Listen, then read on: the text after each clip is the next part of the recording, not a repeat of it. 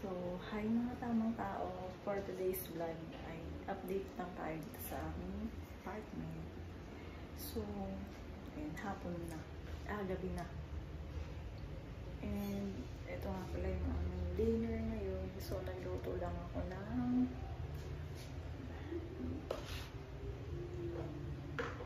puso burger. Ayan. So, yun yung aming dinner. Ulam na. Gumawa ko ng sariling own version ko ng sausawan. So, suka to. Na mamamis-mamis ganun. And then, nagsaing na rin ako. Ayan. And wala pa yung aking partner ngayon.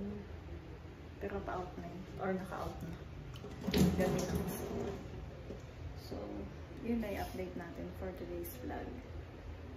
At wala naman ako masyadong ma-vlog. And thank you pala sa mga nanonood na